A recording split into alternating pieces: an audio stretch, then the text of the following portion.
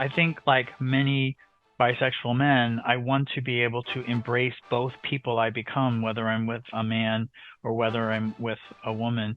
When a man is with a woman, he is often in the what is sort of stereotypically referred to as the top role, right? At least the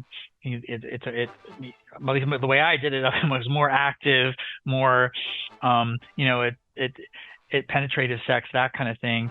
Whereas with a man, there's bottoming. Today on Rainbow Country, his family includes a wife, an ex boyfriend, 3 kids, and many other characters. Teacher, writer, psychotherapist Wayne Scott joins me to talk about his memoir, The Maps They Gave Us: One Marriage Reimagined. We'll find out just what mixed orientation marriages are. We'll talk about him being bisexual and so much more.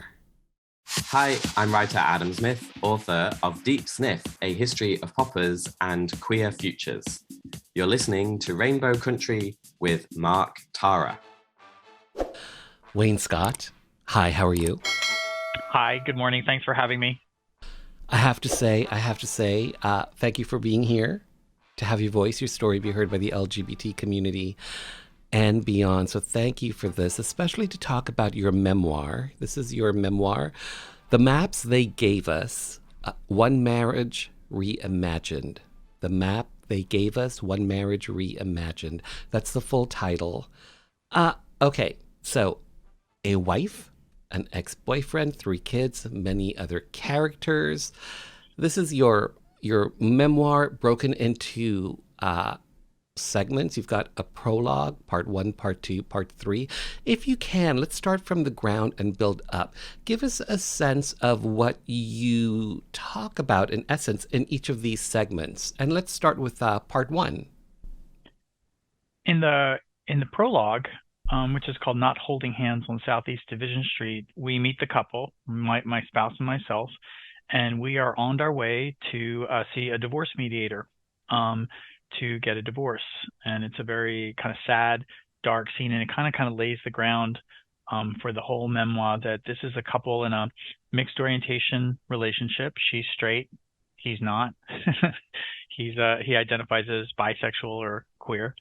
And they have had an unconventional relationship, and they have tried for many years to fit it into a more conventional container, a kind of traditional straight passing looking marriage. But it didn't work for me, for the guy. I felt like I was kind of lopping off a whole part of myself. I felt a deep sense of loss, queer identity and queer community. And the only thing we knew at that time, was that meant that we had to get divorced, right? That's the prescribed path when you have a marriage that doesn't seem like it's working out.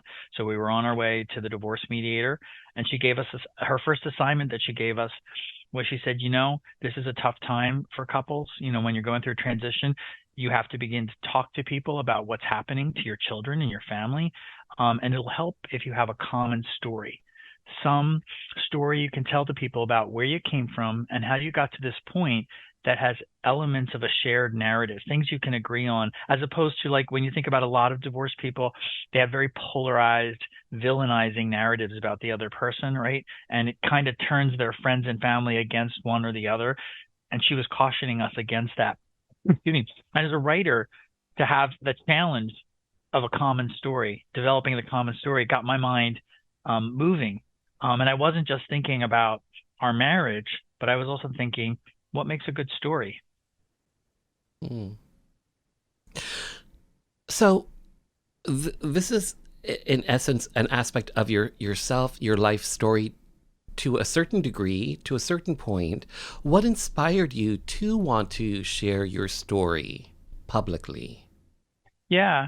Well, so what ended up happening, even though we started out on the path to divorce, what ended up happening is the counselor that we were working with, she eventually observed that we didn't seem to be making much headway towards divorce, and that there seemed to be a lot of warmth and love between the two of us. And at a certain point in our conversation, she said, have the two of you ever thought about a non-monogamous arrangement?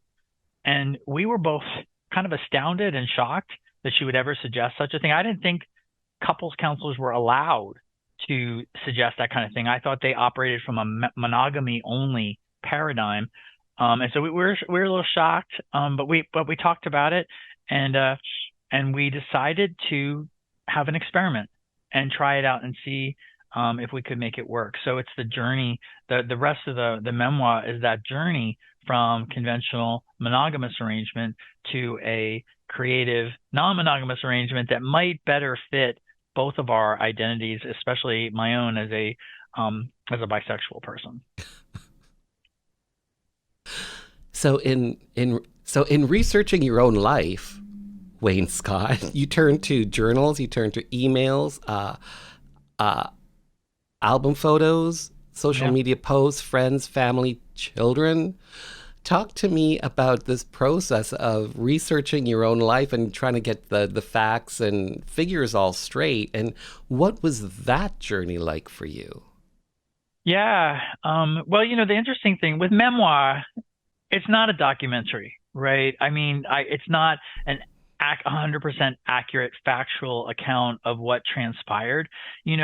Memoir is creative, it's art, right? And so then I started to think about our marriage as a story, that had a narrative arc and two characters, a wife and a husband, and part of the imperative, right?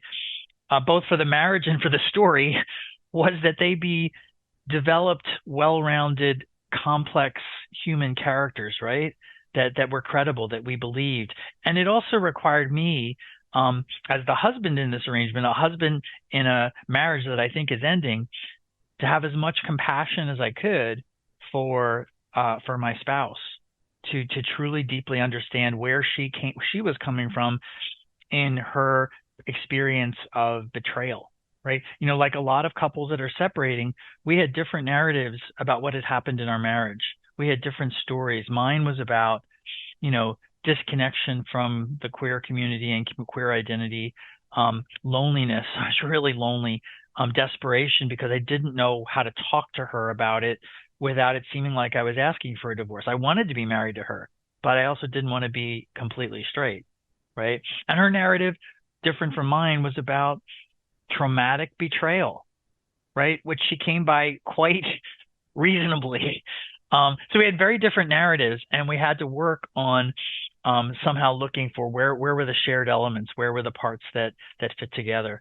The second part, you asked about the structure. The second part of the memoir is called Shifting Tectonic Plate, because I was using all these geography metaphors, and it's really about the historical cultural stuff that was going on as our relationship was beginning. For my spouse, it was very much some of the sort of ideologies of third wave feminism, right? And for me, as a queer guy, it was very much what the politics of the darkest part of the AIDS pandemic felt like, where sexual identity was very, very polarized, kind of gay and lesbian on one side, straight on the other side, and not a lot in between.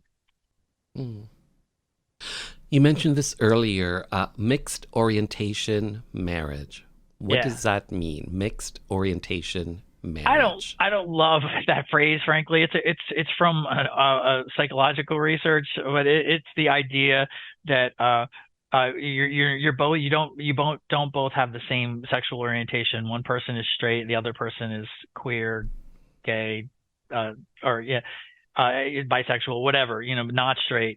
And it sets up a conundrum for a couple to sort of navigate and figure out, because we partnered during the AIDS pandemic, and because there wasn't people in the mid 80s during that time, the word bisexual had a real sting and stigma to it.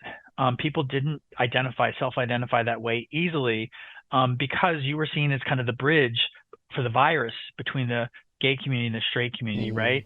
And so there wasn't a way for me to sort of comfortably, affirmatively talk and think about my own queer identity, right? I didn't have the language. And so when we were partnered as a man and a woman, the path we were sent down was kind of this one of a heteronormative container, where you go through a wedding and you take vows and it's fidelity and it's forever. You are a psychotherapist. Yeah. There's an old saying, doctors make the worst patients. Yeah. So when the Fact. so, so when the doctor becomes the patient, how were you as a patient when you were in therapy? Yeah, I was the therapist we saw, whose name in the memoir is Lene, was an exceptional, magical, and quirky individual. And she also was one of the therapists in my town. I live in Portland, Oregon, in the States. Um, she was she was the therapist in town who was known for the therapist who sees therapists. So she kind of knew how to work with the tricky character of the therapist who is seeking their own therapy. Um, and I struggled like any client in couples counseling, um, with some of the things she needed us to do. She needed us to listen to each other's story in a deeply attuned way to accurately understand where each of us was coming. And one of the challenges in couples work, right, is that they task you to listen to your spouse's story and to be able to summarize and say it back so that your spouse knows you heard it, you got it, right? Um, and and you've got to sort of put aside your own narrative and your own editorializing or your own reactions or defenses, um, in order to be able to truly hear that story, right? So like when my spouse would talk about the feeling of traumatic betrayal, which any woman in that situation is going to feel, it was hard for me to hear, and it was hard for me to reflect back to her clearly. I struggled, because it was hard to see to see the image she held of me as this kind of bad guy, this kind of failed husband, this person who didn't deliver on what I had signed up for, right? But the challenge, of course, is like you got to put that to the side. You can't go into this healing conversation from that kind of a defensive, reactive place, and that was the challenge. And we had help, so she was a great therapist we had, and I was able to hear my spouse's story, and she was able to hear mine, and that actually is what enabled us to go down a different path than what we originally had set out on. Hmm. The maps they gave us. One Marriage Reimagined. The maps they gave us. This is the title. Is there a story behind this particular title? The maps they Yeah, gave us. yeah. When my spouse and I first met, we were both in school. We were both undergraduates at the University of Chicago, and we also went on to get our master's degrees in social work from the same place. And we had a common affection for the lesbian poet Adrienne Rich. And Adrienne wrote one of her most beautiful books of poetry is called The Dream of a Common Language. And it includes the 21 love poems, which are these like almost like sonnets that she wrote to the woman she fell in love with. And in one passage, of one of the sonnets, she says, whatever we do together is pure invention. The maps they gave us were out of date by years, right? And that just kind of really resonated with me, thinking about our story, because the maps they gave us didn't fit us either. They were out of date for us as well. And one of the challenges for us as a mixed orientation non-monogamous couple was invent your own map.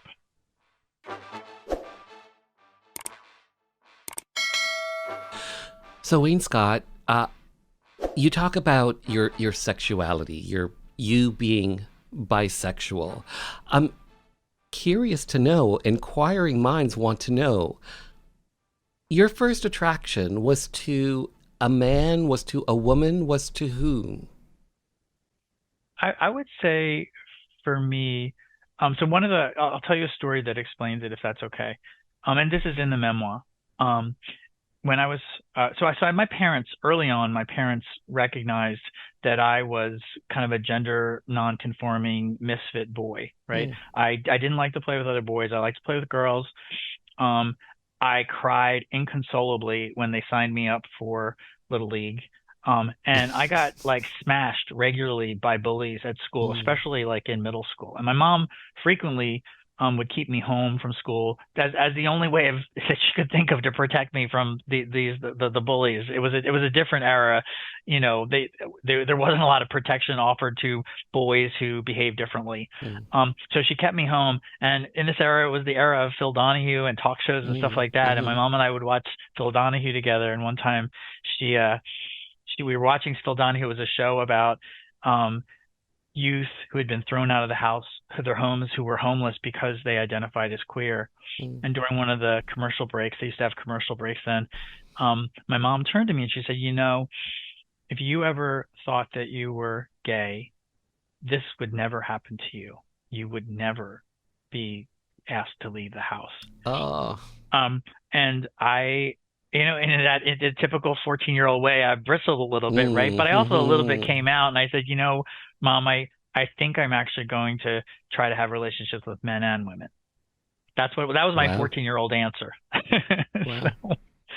So my mom is definitely one of the heroes of the story. Very uh very abundant soul, and definitely progressive for her time, in the 70s and 80s, right? So what is it as so for me, I'm gay. Yeah, I like men. I don't I'm not attracted to all men, but I like men. I like men too. So Yeah. for you, when you are attracted to a woman, when you are attracted to a man, what's anatomy aside, what's the attraction when you're attracted to a woman, when you're attracted Mhm. to a man? And is there a difference for you?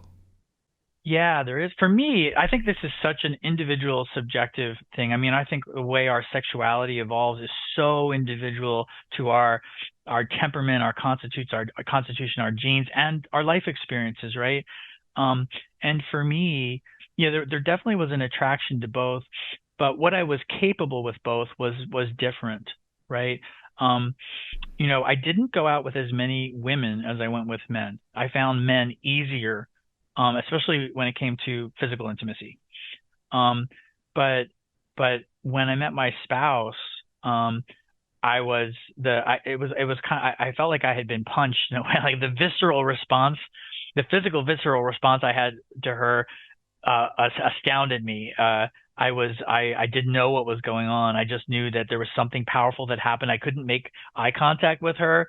I was really, really uncomfortable when I was in her presence. I wanted to be around her and I wanted to look at her, but I didn't want her to see me looking at her. It was this weird thing, and I was definitely, and I over time figured out, I think I'm really attracted to her. Um, and I did. I eventually asked her out, and her first kind of response that she said to her other girlfriends is like, why is this gay guy asking me out on a date? What the hell's going on? And one of our mutual friends says, I think I think he's actually more bisexual. He has gone out with women as well. I think he's interested in you. And I think in that time, again, third wave feminism, there was a big part of my spouse who didn't want to be with a traditional heterosexual guy, who was skeptical about them, like who really was trying to get away from a lot of the trappings of patriarchy that a lot of heterosexual men carried in their identities at that time. And so there was an openness and an interest in being with a guy who was a little bit different. Okay, so I hope you'll follow me on this next question. But and again, I'm using you as material, as source material because I have you. Yeah. So for you being bisexual and being attracted to both men and women, when you're attracted to a man versus when you're attracted to a woman, does that bring out different sides to you? Oh yeah. Is there a different Wayne who's attracted to a man? And is there a different Wayne when he's attracted to a woman? And what's the difference? Yeah. I mean, there absolutely is true. And in fact, you know, I think like many bisexual men, I want to be able to embrace both people I become, whether I'm with a man or whether I'm with a woman. When a man is with a woman, he is often in the what is sort of stereotypically referred to as the top role. right? At least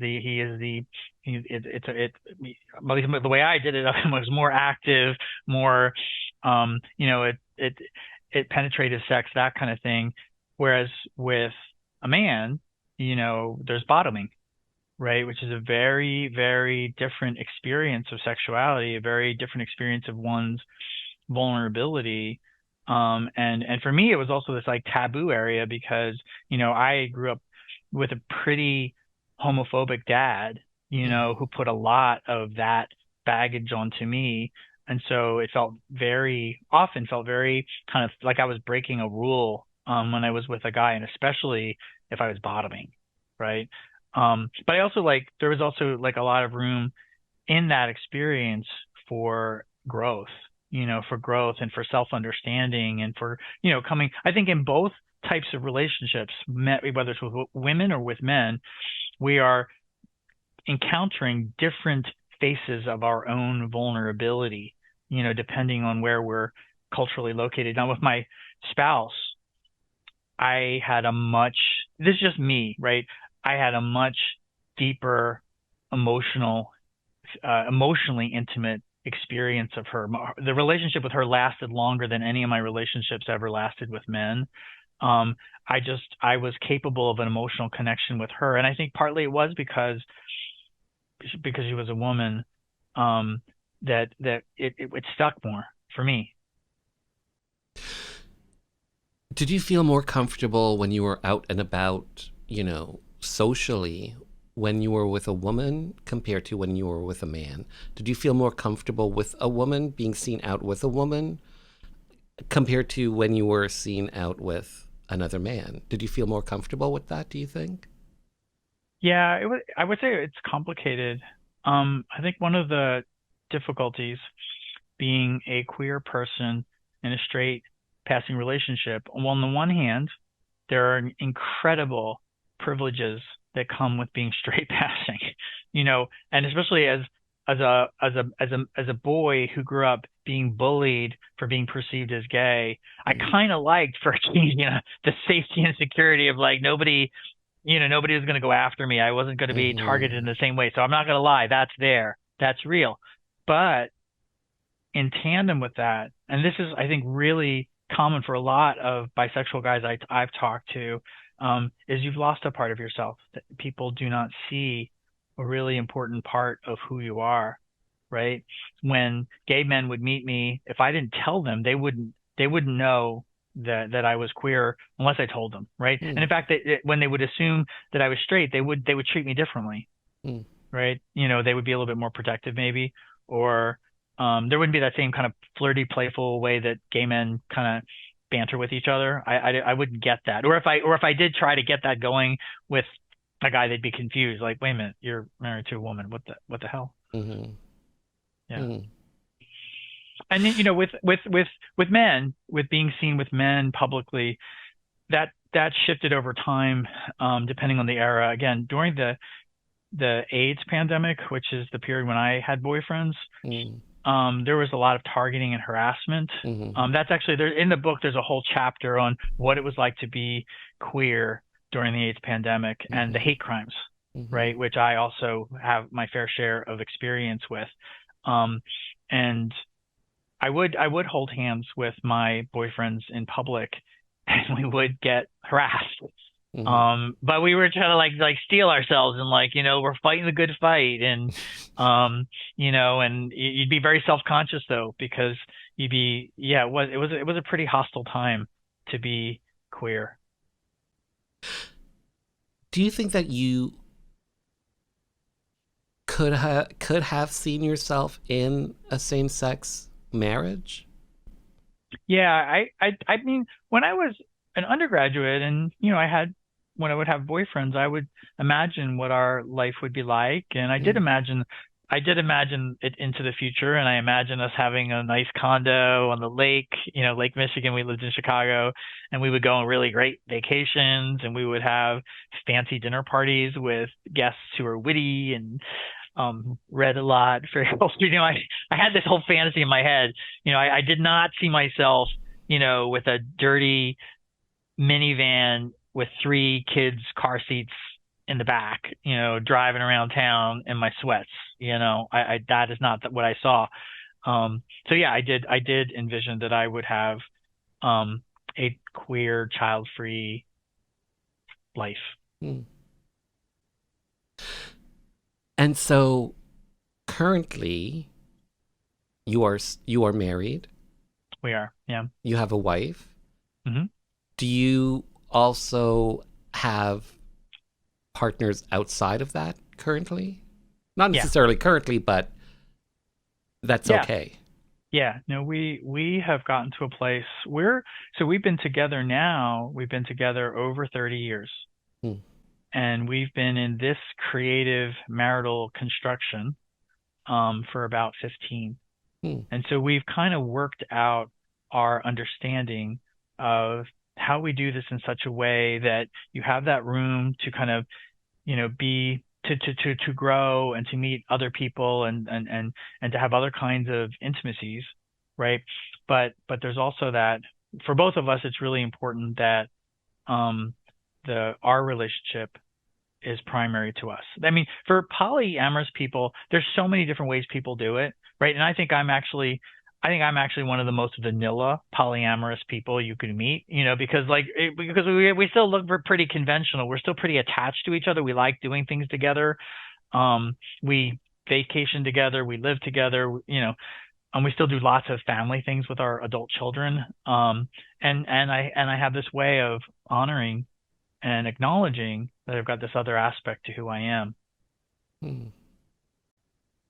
It's interesting because I think and you said the word polyamorous. When you think Mm, of, you know, couples that are a man and a woman, and they have a third in it, a thruple, yeah, right. whatever you want to call it these days, it's usually a woman, and a man, Yeah, right?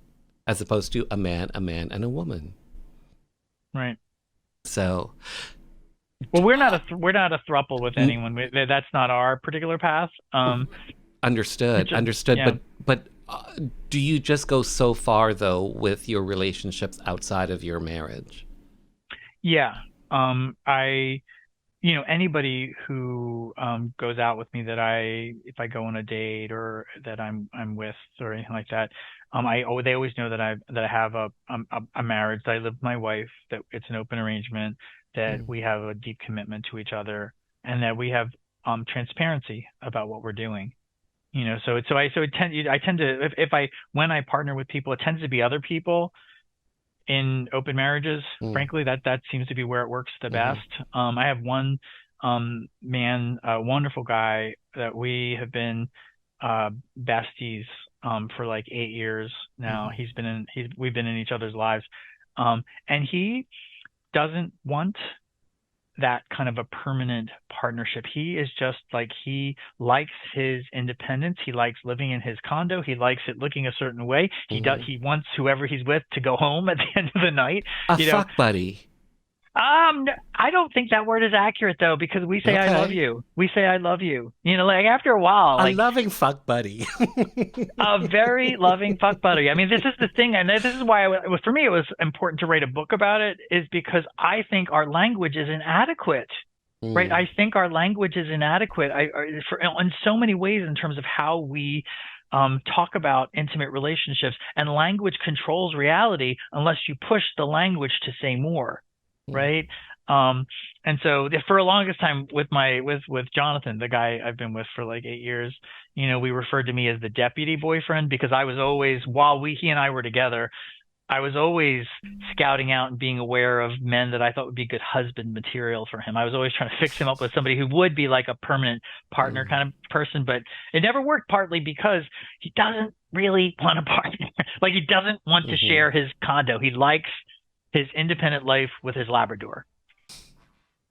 Well, I have to say, Wayne Scott, well said, well done, well written. So Thanks for thank your you. time. Thanks for being on the show. Thank you. I appreciated it.